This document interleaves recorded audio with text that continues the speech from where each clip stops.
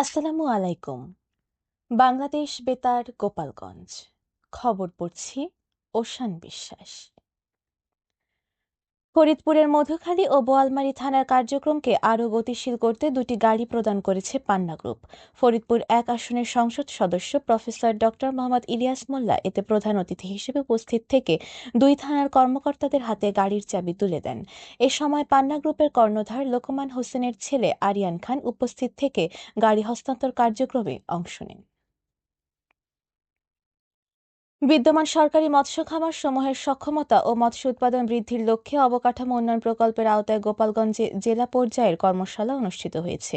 গতকাল গোপালগঞ্জ মৎস্য প্রশিক্ষণ কেন্দ্রের হলরুমে এ কর্মশালা অনুষ্ঠিত হয়।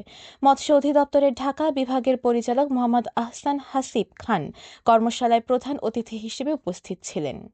জেলা মৎস্য কর্মকর্তা মোহাম্মদ কামরুল ইসলামের সভাপতিত্বে বিদ্যমান সরকারি মৎস্য খামার সমূহের সক্ষমতা ও মৎস্য উৎপাদন বৃদ্ধির লক্ষ্যে অবকাঠামো উন্নয়ন প্রকল্প পরিচালক মোহাম্মদ মশিউর রহমান ও গোপালগঞ্জ মৎস্য ডিপ্লোমা ইনস্টিটিউটের প্রিন্সিপাল রিপন কান্তি ঘোষ সহ জেলার ৪০ জন মৎস্য চাষী এবং হ্যাচারি মালিকগণ এ সময় উপস্থিত ছিলেন। বিনা উদ্ভাবিত ফসলের উচ্চ ফলনশীল ও জনপ্রিয় জাতসমূহের পরিচিতি এবং চাষাবাদ কলাকৌশল শীর্ষক কৃষক প্রশিক্ষণ গতকাল গোপালগঞ্জ বিনা উপকেন্দ্রের হলরুমে অনুষ্ঠিত হয়েছে। কৃষি মন্ত্রণালয়ের যুগ্ম সচিব মাকসুদা ইয়াসমিন এ প্রশিক্ষণ কর্মশালায় প্রধান অতিথি হিসেবে উপস্থিত ছিলেন। কর্মশালায় বক্তারা বিনা উদ্ভাবিত উচ্চ ফলনশীল ফসলের বিভিন্ন দিক তুলে ধরেন ও কৃষকদের এসব ফসল চাষাবাদে উৎসাহিত করেন। বিনার প্রধান বৈজ্ঞানিক কর্মকর্তা ও ভারপ্রাপ্ত কর্মকর্তা মোহাম্মদ হারুনুর রশিদের সভাপতিত্বে কৃষি মন্ত্রণালয়ের উপসচিব মোহাম্মদ জহিরুল ইসলাম, গোপালগঞ্জ কৃষি সম্প্রসারণ অধিদপ্তরের উপপরিচালক মোহাম্মদ মামুনুর রহমান সহ শতাধিক কৃষক কৃষানী এ সময় উপস্থিত ছিলেন। নড়াইলে রূপগঞ্জ বেস্ট কমিউনিটি সেন্টারে গতকাল ১৪৩ জন কৃতী শিক্ষার্থীকে মেধাবৃত্তি ও সনদপত্র প্রদান করা হয়েছে। ভারপ্রাপ্ত অতিরিক্ত আইজিপি ব্যারিস্টার জিল্লুর রহমান এতে প্রধান অতিথি হিসেবে উপস্থিত ছিলেন। নড়াইল পুলিশ লাইন্স স্কুলের প্রধান শিক্ষক জাকির হোসেন বিশ্বাসের সভাপতিত্বে সরকারি ভিক্টোরিয়া কলেজের অধ্যক্ষ Haidar Ali Dewan, Holy Child Care Home Pre Cadet স্কুলের অধ্যক্ষ আসলাম খান সহ ১৯টি কিন্ডারগার্টেন স্কুলের শিক্ষক শিক্ষার্থী অভিভাবকরা এ সময় উপস্থিত ছিলেন। গোপালগঞ্জের কোটালীপাড়া নিবন্ধিত জেলেদের বিকল্প কর্মসংস্থান সৃষ্টির লক্ষ্যে ৬০ জন জেলের মাঝে একটি করে বকনা বাছুর বিতরণ করা হয়েছে।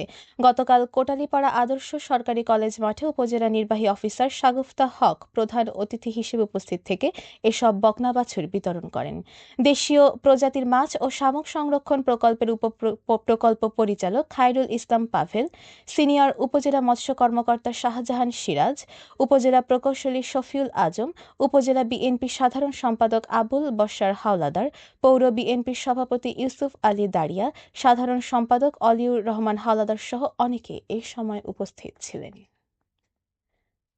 নড়াইলের বরেণ্য শিক্ষাবিদ, মুক্তিযুদ্ধের অন্যতম সংগঠক ও নূর মোহাম্মদ শিক্ষা কল্যাণ ট্রাস্টের আজীবন সহ-সভাপতি এবং লোহাগড়া সরকারি আদর্শ কলেজের সাবেক অধ্যক্ষ শাহ ম আনোয়ারুজ্জামানের স্মরণে আলোচনা সভা ও দোয়া মাহফিল অনুষ্ঠিত হয়েছে। গতকাল লোহাগড়া সরকারি পাইলট উচ্চ বিদ্যালয় অডিটোরিয়ামে এ স্মরণ সভা অনুষ্ঠিত হয়। অতিরিক্ত জেলা প্রশাসক শিক্ষা ও আইসিটি শারমিনা সাত্তার এতে প্রধান অতিথি হিসেবে উপস্থিত ছিলেন।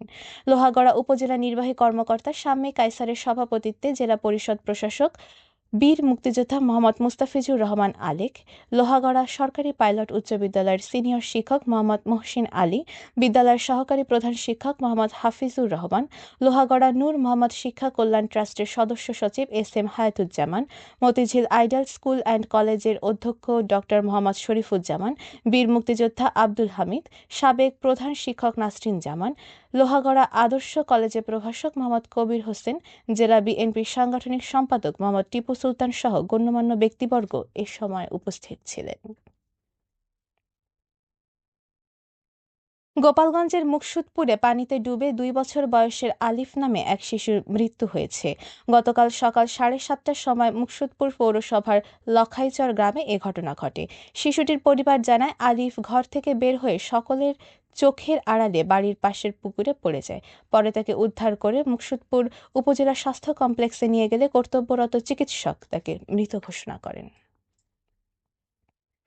এদিকে নড়াইলের লোহাগড়া উপজেলার জয়পুর ইউনিয়নের চর আড়িয়ারা গ্রামে নানা মফজল শেখের বাড়ি বেড়াতে এসে পুকুরের পানিতে ডুবে 2 বছর বয়সের আয়েশা খানম নামে এক শিশুর মৃত্যু হয়েছে।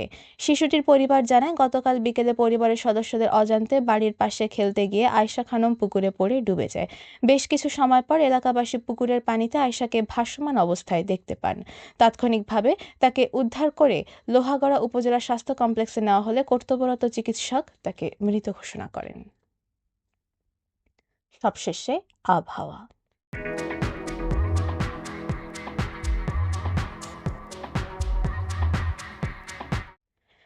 আজ বেলা 1টা পর্যন্ত দেশের অভ্যন্তরীণ নদীবন্দর সমূহের জন্য আবহাওয়ার পূর্বাভাসে বলা হয়েছে, রংপুর, রাজশাহী, টাঙ্গাইল, ময়মনসিংহ, ঢাকা, খুলনা, বরিশাল, পটুয়াখালী, কুমিল্লা, নোয়াখালী, চট্টগ্রাম, কক্সবাজার এবং সিলেট অঞ্চলসমূহের উপর দিয়ে দক্ষিণ অথবা দক্ষিণ পূর্ব দিক থেকে ঘন্টায় 45 থেকে 60 কিলোমিটার বেগে অস্থায়ীভাবে দমকা অথবা ঝোড়ো হাওয়া সহ বৃষ্টি অথবা বজ্রবৃষ্টি হতে পারে।